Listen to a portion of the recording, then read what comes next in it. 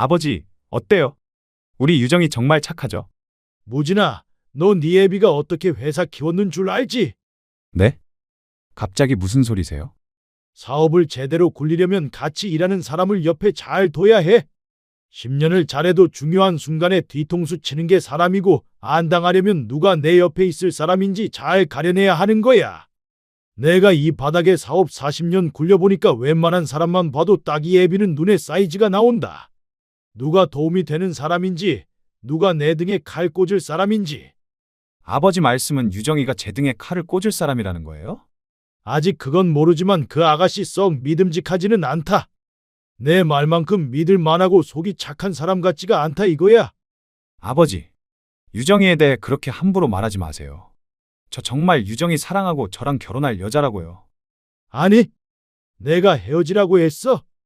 뭐가 급해서 당장 결혼을 한대. 이 결혼 못 물려요. 이번에 안 하면 늦는다고요. 뭐가 그렇게 급한데? 유정이 임신했어요. 아이는 당연히 제 아이고요. 뭐? 안녕하세요. 저는 서울에 살고 있는 30대 후반의 남자입니다. 여러분, 귀인을 믿으시나요? 어느 날 불현듯 내 인생에 찾아와 나를 바른 길로 인도해주는 그런 사람 말이죠. 저는 30대 후반의 나이에 전혀 예상치도 못한 상황, 예상치도 못한 곳에서 예상치도 못한 인물을 귀인으로 만나 이렇게 사연을 보내게 됐습니다. 저는 대학을 졸업하고 바로 아버지가 운영하시는 자재회사에서 일을 시작했어요. 낙하산 소리를 듣기 싫어서 말단 신입부터 시작해서 어떤 직원보다도 정말 피땀 흘려 일했죠. 자수성가해서 번듯한 중소기업을 일군 아버지께 부끄럽지 않도록 몇 년간 개인 시간도 없이 일에만 매진했습니다.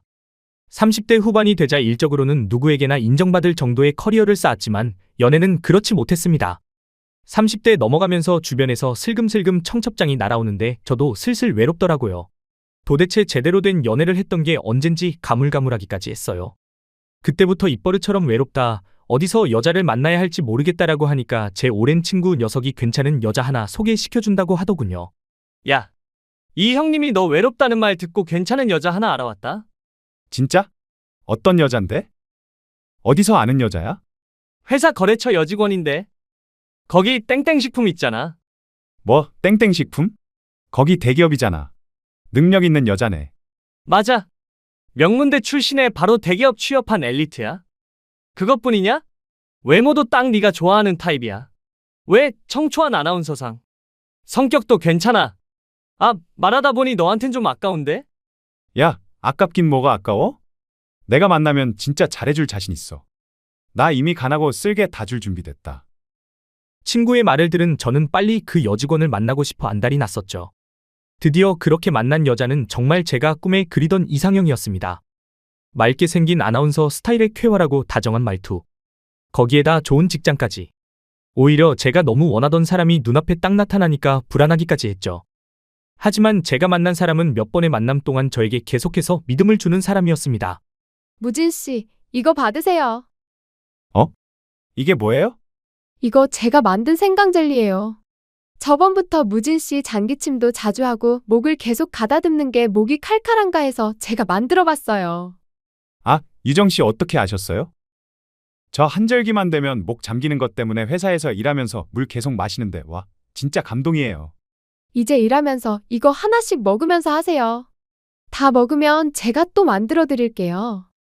연애 초반부터 매번 제가 모르는 제 문제까지 세심하게 관찰해서 도움을 줬습니다. 한 번은 제가 정말 존경하는 교수님이 돌아가셨는데 장례식 기간 동안 빈소를 지키는 제 옆에서 속옷도 가져다 주고 영양제까지 꼼꼼히 챙겨준 게 바로 제 예비 아내였습니다. 본인 회사 연차까지 써가며 크게 상심한 제 옆을 지켜줬죠. 사려 깊은 배려, 진정성 있는 말과 행동에 푹 빠져 연애 1년 만에 저희 사이에는 결혼 이야기가 오가기 시작했어요. 이런 여자와 평생을 함께하고 싶었죠. 본격적으로 결혼 이야기가 구체화되어 갈 때 양가 부모님을 만나 뵙기로 했습니다. 예비 아내는 경상도 작은 마을 출신으로 본가도 쭉 그곳에 있었어요. 예비 아내와 함께 주말에 날 잡고 내려갔습니다. 예비 장인 장모님이 좋아하신다는 장어와 산지 직송 더덕, 홍삼 세트 바리바리 싸서 기대에 부풀어 있었어요. 과연 이렇게 완벽한 여자가 나고 자란 곳은 어떤 곳일까 궁금했죠. 물론 예비 장인어른과 장모님도 교육 환경이 좋지 않은 산골 마을에서 딸을 훌륭하게 키웠을 만큼 멋진 분들이라고 예상했어요. 하지만 제 예비 처가에 도착한 전 좀 당황하고 말았어요. 예비 아내의 본가는 외진 곳에 있는 작은 마을 중에서도 가장 구석진 곳에 자리한 거의 보기에는 폐허처럼 보이는 곳이었죠. 솔직히 집을 보고 놀란 건 사실입니다. 거의 방치되어 있다시피 다 쓰러져 가는데 이곳에서 몇십 년을 버틴 게 용하다고 느껴졌으니까요. 마당으로 들어가니까 집 반대편에 작은 창고 같은 게 있는데 알고 보니 그게 화장실이더라고요. 믿어지시나요? 요즘 같은 시대에 아무리 산골 마을이라고 하지만 집과 분리된 재래식 화장실이라뇨? 집은 단알과 볕도 안 들 정도로 어두웠지만 집에서 나오신 예비 장인어른과 장모님의 웃음은 밝기만 하더군요. 두 분은 저를 따뜻하게 맞이해 주셨어요. 이미 예전에 예비 아내에게 예비 장인어른이 젊었을 때 당뇨로 심하게 고생하시다 한쪽 다리가 기능을 잃었다는 건 들은 상태였습니다. 예비 장인어른은 그런 불편한 다리를 쩔뚝거리며 마당까지 나와서 저를 환영해 주셨죠. 아이처럼 한박 웃음을 짓고 제 손을 꼭 잡고 악수를 해주시는데 집 외관을 보고 놀란 마음이 싹 달아날 정도로 기분이 좋았습니다. 예비 장모님도 제 얼굴을 보며 아유 헌칠하네 하면서 눈에서 꿀이 뚝뚝 떨어지시는데 앞으로 처가에서 예쁨 좀 받겠다 싶더라고요. 예비 장인어른은 다리가 불편하셔서 10년째 무직이었고 집안의 실질적인 가장은 예비 장모님이라고 했습니다. 지금은 읍내 건물 청소를 하며 생계를 꾸려나간다고 하시는데 아무래도 확실히 형편이 안 좋은 상태였어요. 어려운 집안 환경에서 두 분의 자랑은 단 하나, 딸이었죠. 예비 아내를 향한 두 분의 사랑과 자긍심은 남달랐어요. 우리 딸이 학교 다닐 때부터 그게 뭐고 그 신동이라는 소리 들었다 아이가. 국민학교, 중학교, 고등학교까지 쭉 1등만 하다가 서울에 대학까지 턱하니 들어가니까 동네 여편네들이 그렇게 배 아파했지. 엄마, 언제 얘기를 하고 있어? 가시네, 가만히 있어봐라. 내가 야, 그 흔한 읍내 학원 한 번 안 보냈는데 대학도 장학금 받고 들어간 거 아이가? 야가 공부만 잘한 게 아니라 내랑 바깥 양반이 우리 유정이 참 착하게 키운 거 우리 남서방도 알제? 그럼요. 유정이 너무 착하고 다정한 거 너무 잘 알죠. 그래, 우리 유정이 서울에 직장을 얻어다가 매달 우리한테 꼬박꼬박 월급 절반을 보내주는 그런 아다. 내랑 이 양반한테 과분한 딸이지. 암만 근께 우리 아가 얼라 때부터 그렇게 동네 할매들한테 잘했다. 할매들 평상에 모여 있으면 자가 어깨도 주무르고 앞에서 재롱도 피웠다 아이가. 남서방, 밖에 우리 집 뒷감 봤제? 저것도 우리 유정이가 이번에 어머니, 아버지 볼일 볼 때 편하라고 변기도 바꿔주기로 했다. 정말요? 진짜 대단하네요. 엄마, 딸 자랑 좀 그만해요. 나 얼굴 빨개져. 이 사람 밥 안 먹고 왔어. 배고프겠어요. 아이고, 내 정신 좀 봐라. 남서방, 그 괴기 좀 봐라. 괴기 좋아하나? 내가 남서방 온다고 괴기찜 했는데. 네, 어머님. 전 뭐든 잘 먹습니다. 예비 아내는 집안의 자랑이자 대들보, 개천에서 난 용이었습니다. 처음엔 어떻게 이렇게 열악한 환경에서 완벽한 예비 아내가 자랐을까 했어요. 환경 탓, 상황 탓 하나 없이 본인 인생 잘 개척한 예비 아내에게 존경심마저 생겼죠. 저보다 어린 사람이지만 보고 배울 게 많다고 생각했습니다. 또 예비 장인어른과 장모님을 뵙고 나니 이렇게 자식을 믿어주고 자랑스러워해주는 부모님이 계시기 때문에 예비 아내가 잘 자랐구나 싶었어요. 예비 아내의 소박함과 겸손함도 두 분에게서 물려받은 거라 생각했죠. 예비 아내는 꽤 높은 대기업 연봉으로 대학가 자취촌에 있는 7평도 안 되는 원룸에서 살고 있었거든요. 그때는 왜 잘나가는 예비 아내가 이런 곳에서 살까 했는데 월급의 절반을 계속 부모님께 드렸다니 이제야 이해가 됐죠. 저는 어려서부터 지금까지 변함없이 부모님을 그렇게 살뜰히 모시는 예비 아내의 심성에 또 한 번 반하게 됐습니다. 예비 처가에서의 첫 인사는 처음부터 끝까지 화기애애했어요. 예비 장인어른, 장모님 두 분 모두 소중하고 착한 딸 잘 부탁한다고 결혼을 허락하셨죠. 예비 아내의 부모님을 만나 뵙고 나니 아무래도 더 가까워진 것 같았어요.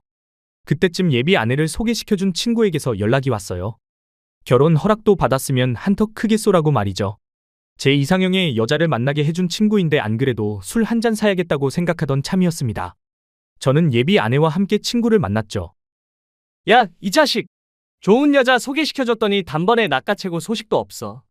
이래서 머리 검은 짐승은 거두는 게 아니라더니 은혜도 모르는 놈. 일단 한 잔 따라봐. 야, 오버하지 마. 결혼 얘기 나온 후에 너무 바빠서 내가 경황이 없었다. 유정씨, 아니, 재수씨. 얘가 이렇게 차가운 놈이라니까요. 한번 뒤돌면 먼저 연락할 때까지 문자 한 통이 없어요. 무진 씨가 요즘 바쁘긴 했어요. 와, 바로 편드시네. 이거 외로워서 나도 빨리 장가라도 가야지 진짜. 너 만나는 사람 있냐? 얘가 사람 무시하네. 근데 너 내 덕분에 이렇게 예쁜 신부 잡았는데 뭐 하나 없냐? 왜 가까운 데서 결혼 중매해주면 양복 하나 해준다고 하잖냐? 얘 봐라. 이거 노리고 불렀네. 속 보이는 놈. 야, 너 그럼 진짜 입싹 닦으려고 했냐?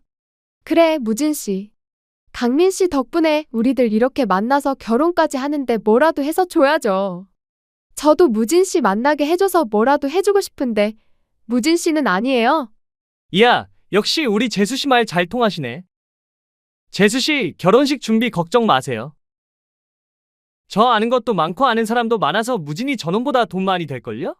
저 자식 결혼식장이나 혼수, 신혼여행지 다 재수 씨가 알아서 하라고 하죠? 어머, 어떻게 아셨어요? 저 자식 예전부터 뭐 하나 고르거나 결정하는 거에 젬병이었어요. 어휴, 한심한 놈. 그 정도까지는 아니다. 그냥 우리 유정이 좋아하는 걸로 다 맞추고 싶으니까 그러지. 아니긴 뭐가 아니야, 임마. 회사 거래처 직원 사이인 두 사람은 언제부터 친했다고 주거니 받거니 척척 맞더라고요. 하지만 저도 예비 아내 소개시켜준 친구 녀석에게 고맙긴 해서 제 결혼식 날 입을 맞춤 양복을 해주겠다고 약속했습니다. 이후에도 종종 예비 아내와 친구, 이렇게 셋이서 식사나 술자리를 만들어서 만났어요. 예비 아내의 말로는 이제 결혼할 사람이니 상대의 친구들을 함께 만나는 게 서로 가까워진다나요? 제 친구뿐만이 아니라 저도 아내의 친구들에게 몇 번 인사를 했습니다. 확실히 서로의 친구를 소개시켜주니까 뭔지 모를 유대감이 생기는 것 같았어요. 재수 씨 결혼 준비는 어떻게 돼가요? 아직 정신이 없네요. 아직 제자리예요, 강민 씨. 무진 씨 아버님을 아직 못 뵀어요. 왜요? 야, 아버님을 왜 소개를 아직 안 해주고 있어? 아, 그게 아니고 우리 아버지가 근래에 계속 바쁘셨어. 저번 달엔 출장도 잦으셨고. 이제 자리 만들어야지. 뭐야, 혹시 아버지가 결혼 너무 급하게 한다고 뭐라 하시냐?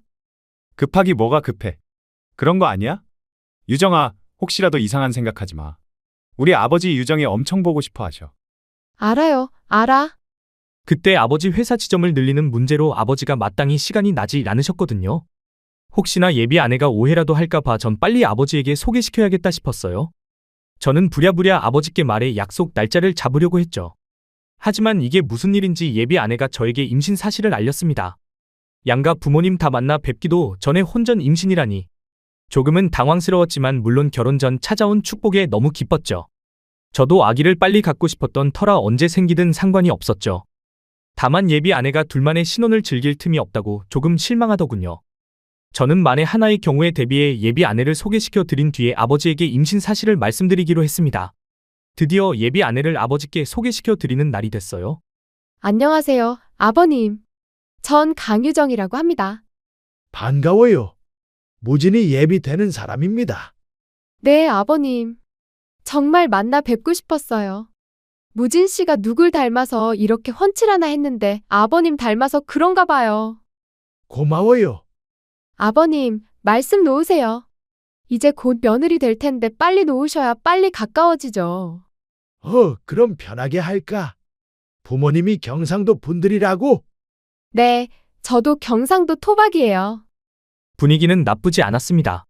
예비 아내는 특유의 어른에게 부침성 있고 싹싹한 모습에 평소 무뚝뚝한 아버지도 이런저런 질문이 많으셨어요. 이대로만 가면 양가의 축복 모두 받는 행복한 결혼식이 되겠구나 싶었죠. 식사가 끝나고 예비 아내를 집에 데려다주고 전 본가로 돌아갔죠. 빨리 제 신부감에 대한 아버지의 의견을 듣고 싶었어요. 어디서 저렇게 좋은 사람을 아내로 데려왔냐고 하실 줄 알았죠. 하지만 집에서 절 기다리던 아버지 입에서 나온 말은 정말 예상 밖이었습니다. 아버지, 어때요? 우리 유정이 정말 착하죠? 무진아, 너 네 애비가 어떻게 회사 키웠는 줄 알지? 네? 갑자기 무슨 소리세요? 사업을 제대로 굴리려면 같이 일하는 사람을 옆에 잘 둬야 해. 10년을 잘해도 중요한 순간에 뒤통수 치는 게 사람이고 안 당하려면 누가 내 옆에 있을 사람인지 잘 가려내야 하는 거야. 아버지는 갑자기 뜻 모를 이야기를 시작하셨어요. 저는 영문을 모르고 듣고만 있었죠. 내가 이 바닥에 사업 40년 굴려보니까 웬만한 사람만 봐도 딱이 애비는 눈에 사이즈가 나온다. 누가 도움이 되는 사람인지, 누가 내 등에 칼 꽂을 사람인지. 아버지 말씀은 유정이가 제 등에 칼을 꽂을 사람이라는 거예요? 아직 그건 모르지만 그 아가씨 썩 믿음직하지는 않다. 내 말만큼 믿을 만하고 속이 착한 사람 같지가 않다 이거야. 아버지, 오늘 처음 만나보신 거잖아요. 전 유정이랑 1년 넘게 연애했는데 아버지는 아버지 아들이 사람 하나 제대로 못 보는 뜨내기 같으세요? 지금 당장 헤어지거나 결혼을 그만두라는 게 아니라 이놈아. 좀 더 지켜보다 해도 안 늦다는 거야. 눈빛이 영 뭔가 꺼림칙하단 말이야. 말투나 사람 보는 거 하면 딱 남자 잡아먹을 눈인데 저 눈웃음이 사람 홀려서 알맹이만 홀랑 가져갈 웃음이라고 저게. 아버지, 유정이에 대해 그렇게 함부로 말하지 마세요.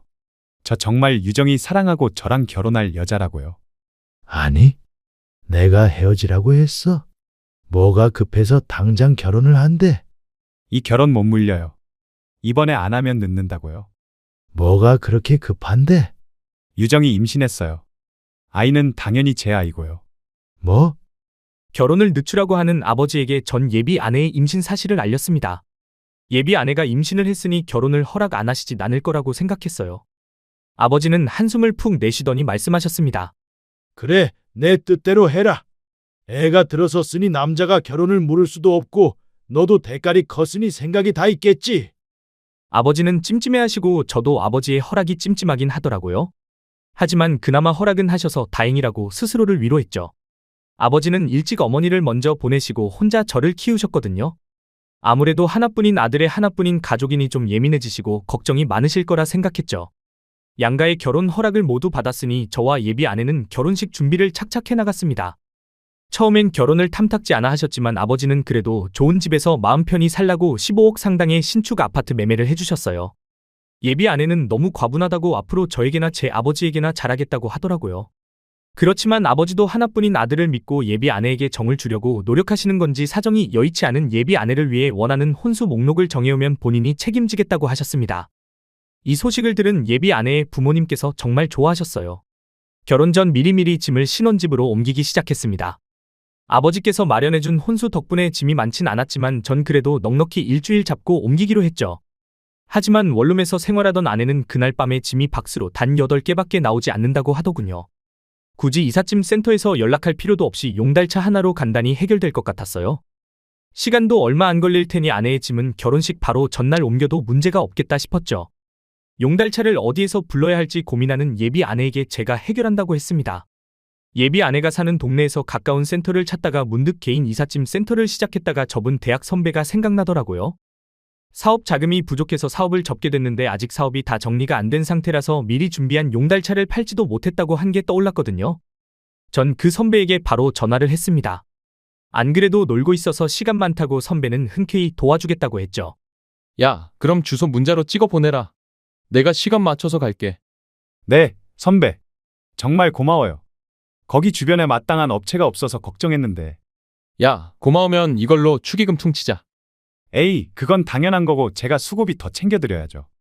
아, 됐다 임마. 밥이나 사. 그래요, 그럼. 제가 먼저 가 있을 테니까 비밀번호는 안 치고 들어와도 돼요. 그래, 이따 보자. 저는 선배에게 예비 아내의 집 주소와 신혼집 주소를 문자로 보내고 예비 아내에게 전화를 해서 용달차 문제가 해결됐다고 알렸죠.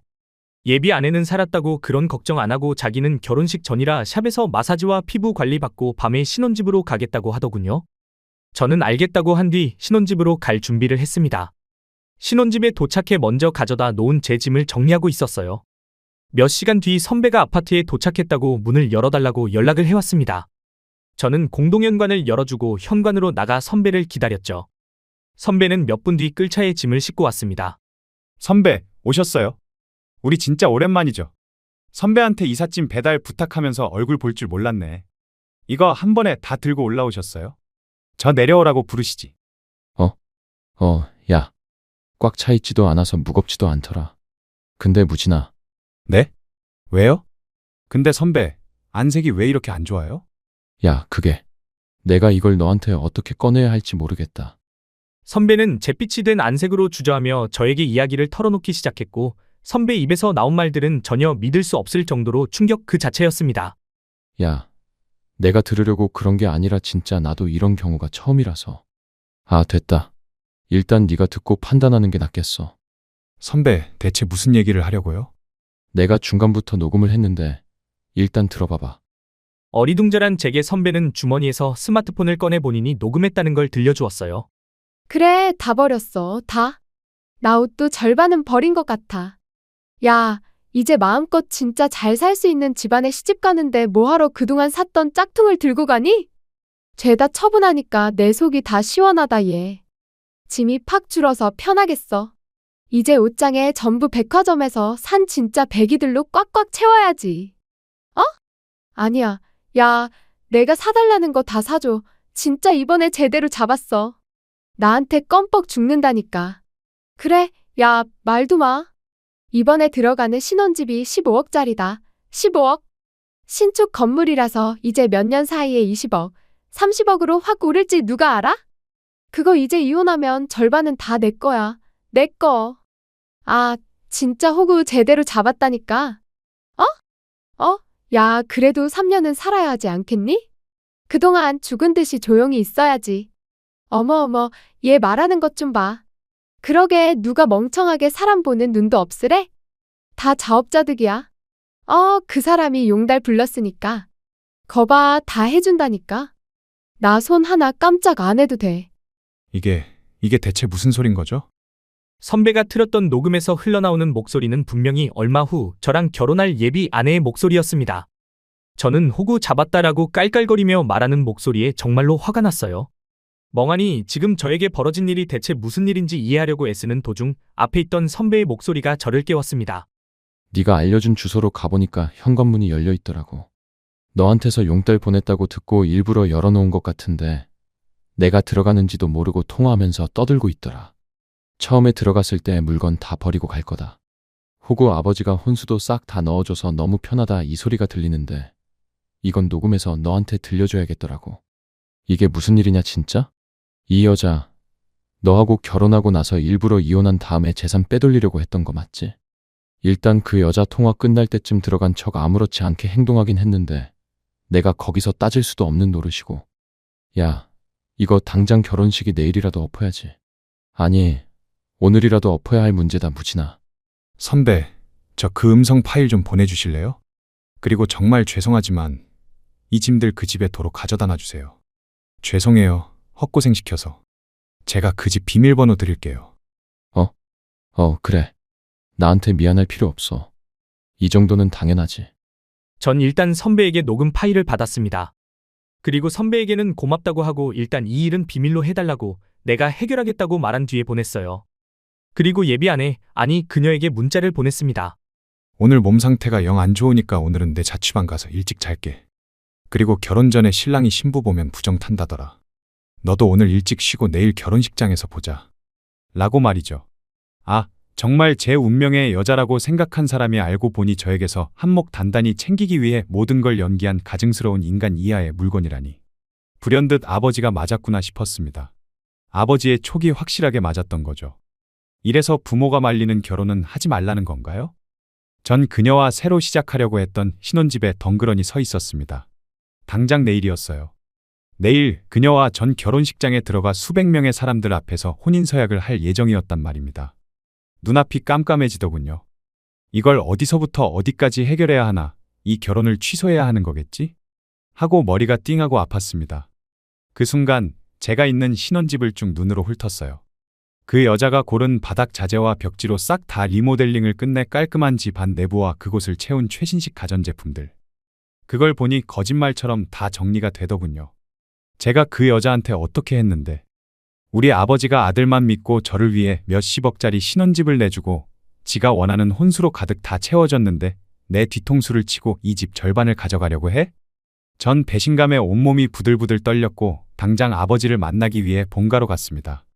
결혼 전날 밤에 자신을 찾아온 아들을 본 아버지는 영문 모를 표정을 지으셨지만 제가 울분에 차 설명하는 걸 듣고 크게 노여워하셨어요. 그래도 식 올리고 혼인신고 하기 전에 알아서 다행이라고 저를 위로해 주셨죠. 아버지는 당장이라도 그 여자에게 달려가려고 하셨지만 전 말렸습니다. 사람을 잘못 본 것도 저고 그 여자를 가족으로 받아들이려고 한 것도 저니까요.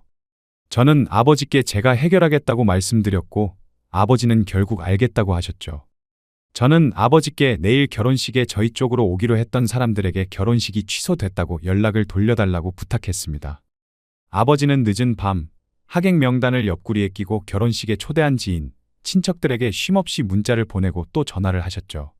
아버지에게 정말 면목이 없었지만 아버지는 아들 잡아먹을 뻔한 불여우를 제 옆에서 떨어뜨릴 수 있다면 뭐든 다 하겠다. 라고 하셨어요. 저는 결혼 없는 결혼식 전날 뜬 눈으로 밤을 보내고 있었습니다. 나를 믿어준 아버지를 모욕한 그 여자에게 제대로 복수를 하기 위해서요. 그때 선배에게서 전화가 한 통 오더라고요. 네, 선배. 짐도로 잘 가져다 놨다고 말하려고. 그리고 너무 낙심하지 말고 일 잘 해결해라 임마. 근데 너 혹시 아직 강민이랑 연락하냐? 강민이요? 네, 그런데요.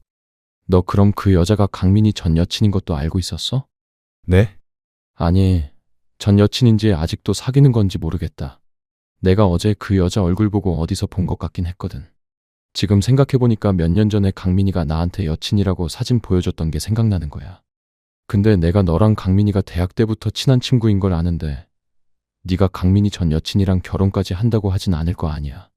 너 강민이 만나서 제대로 한번 물어봐. 그때 듣기로는 그 여자 대기업 다니는 것도 아니야.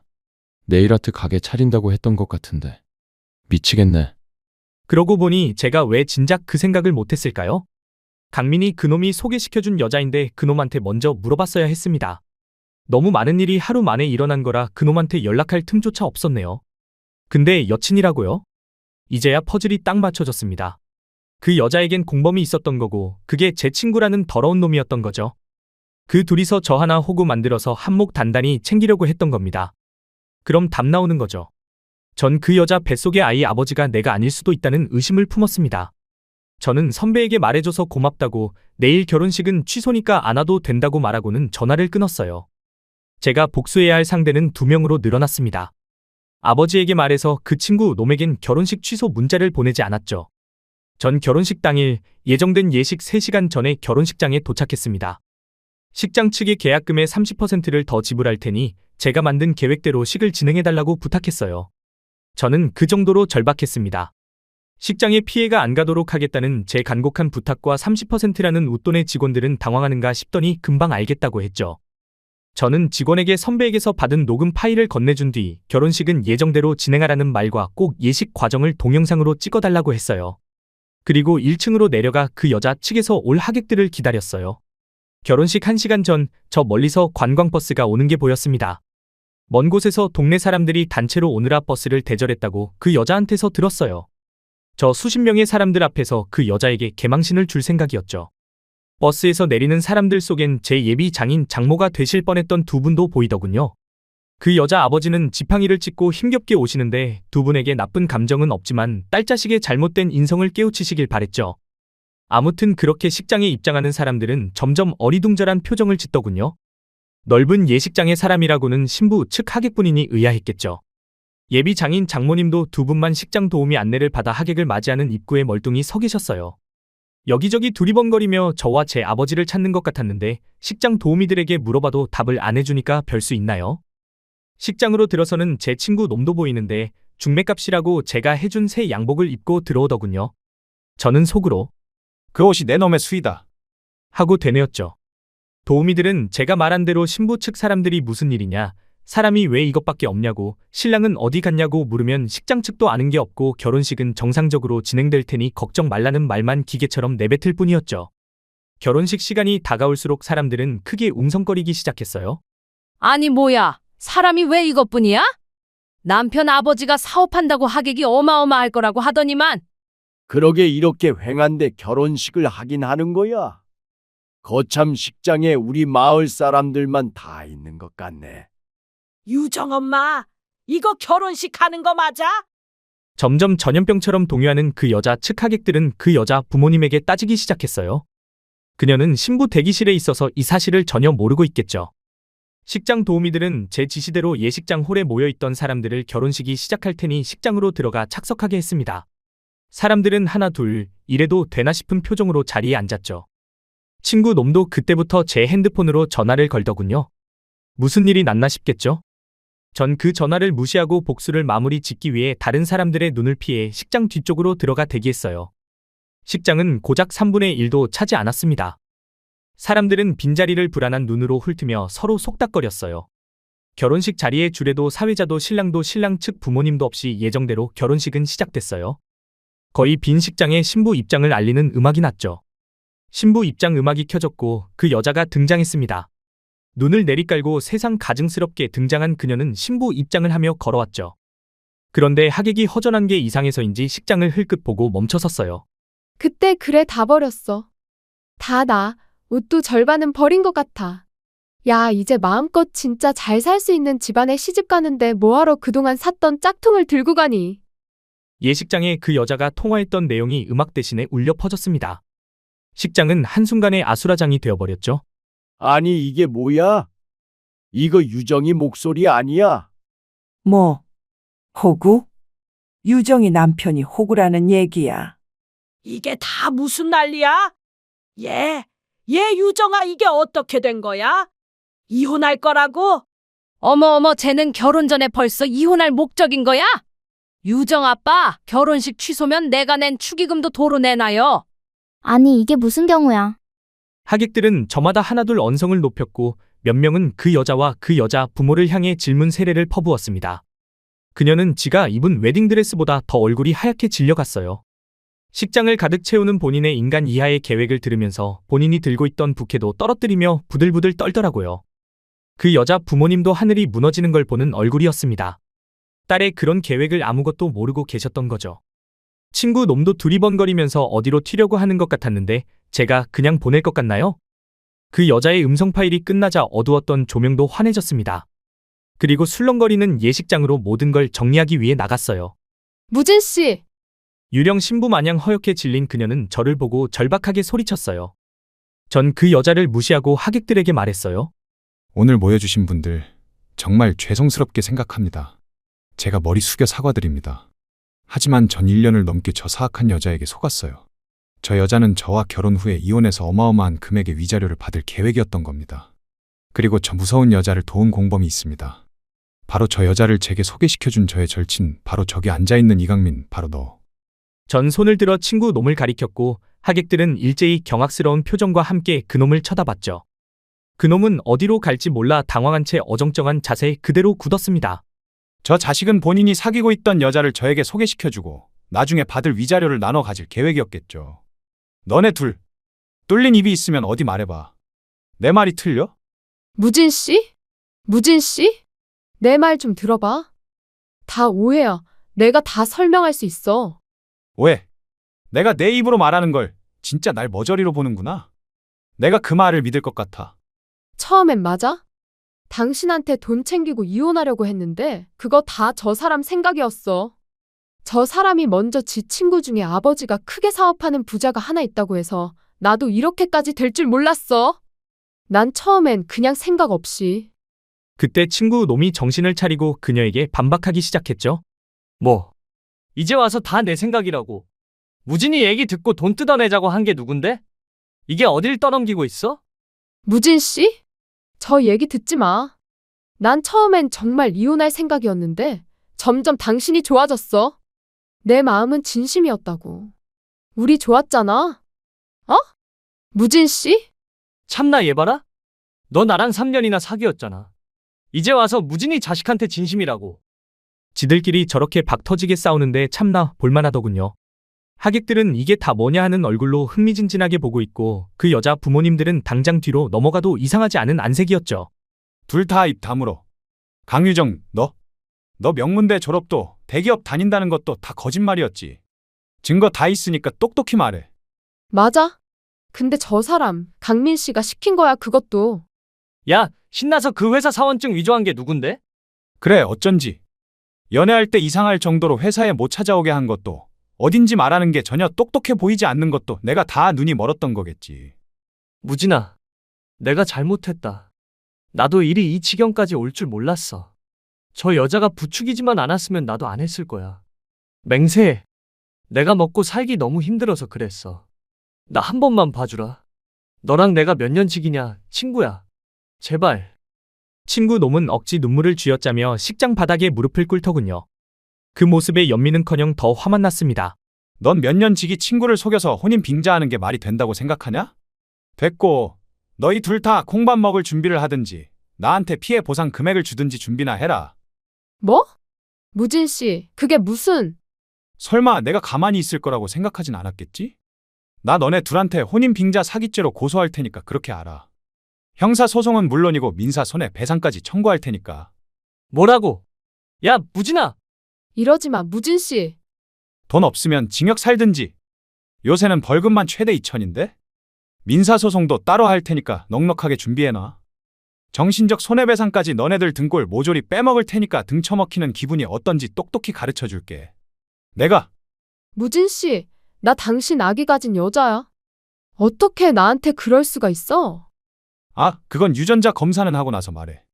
진짜 그 뱃속에 있는 애가 내 애면 그때 말하라고. 근데 명심해. 만일 내 애가 아니면 넌 추가로 친자 사기 소송으로 추가 고소당할 줄 알아. 알아들어. 전 그 말을 마지막으로 예식장을 박차고 나왔습니다.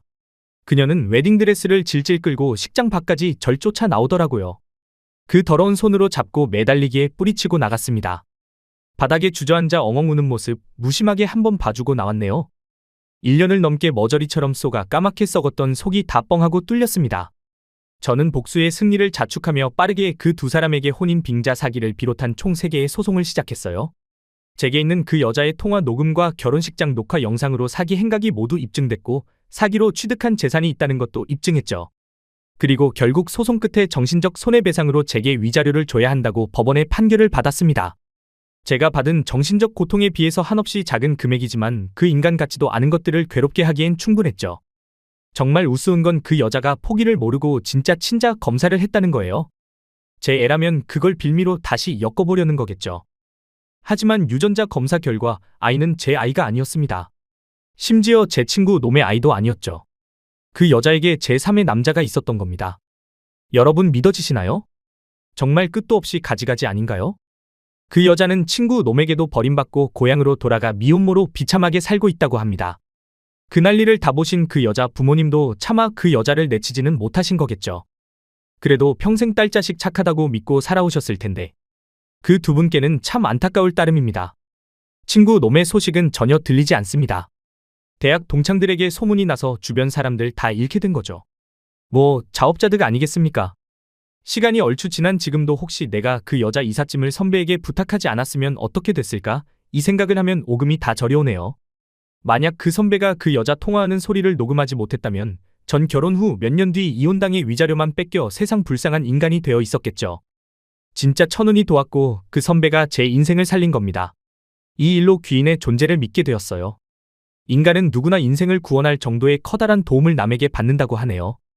그리고 도움을 받아 구사일생했으면 그 은혜를 갚을 줄 알아야 하고 나눠야 한다고 생각했어요. 도움만 받고 입을 싹 씻기엔 너무 모렴치한 거 아니겠어요? 그냥 행운을 발로 차버리는 짓이죠. 전 자금 부족으로 사업을 접은 그 선배에게 투자하기로 했어요. 선배, 나 진짜 선배 덕분에 살았어요. 정말 고마워요. 선배는 내 귀인이라니까요. 야, 그만해라. 민망하다. 나도 우연찮게 들은 건데 밥이나 사, 밥이나. 아니, 그 정도로는 부족해요. 선배, 처음에 생각했던 사업 자금이 얼마였어요? 왜? 네가 뭐 내주기라도 하게? 네, 제가 투자할게요. 뭐? 야야, 실없는 소리 하지도 마. 됐다, 안 받아. 아니요. 선배 없었으면 그 여자한테 뜯길 돈이었어요. 아니, 선배의 사업 자금이 뜯겼을 돈의 10분의 1도 아니었을 거예요. 부담 가질 필요 없이 투자받아서. 선배는 한사코 거절했지만 저희 기나긴 설득 끝에 제 투자를 받아 이삿짐 센터를 열었어요. 저희는 서로에게 귀인이 된 셈이죠. 아버지는 그런 저에게 네가 한번 호되게 당할 뻔하니까 진짜 어른이 된 것 같다고 하셨어요. 전 크게 배신당한 상처를 딛기 위해 일에 집중하고 있습니다. 몇 주 뒤에 길게 해외 출장을 갈 예정이에요. 가서 일도 배우고 사람들도 많이 만나서 저 자신을 더 나은 사람으로 키우려고 합니다. 어쨌든 제가 사람 보는 눈이 영 아니라는 건 이번 사건으로 증명됐으니까요. 불행을 불행으로 끝내는 사람은 지혜가 없는 사람이고 불행을 하나의 출발점으로 삼아야 한다고 하잖아요. 저는 사랑했던 사람에게 등에 칼 꽂힐 뻔한 불행을 딛고 새롭게 시작하려고 합니다. 이야기를 들어주신 분들 모두 감사하고 또 스스로 다른 사람에게 귀인이 되는 경험하셨으면 좋겠네요. 모두들 건강하시고 행복하세요.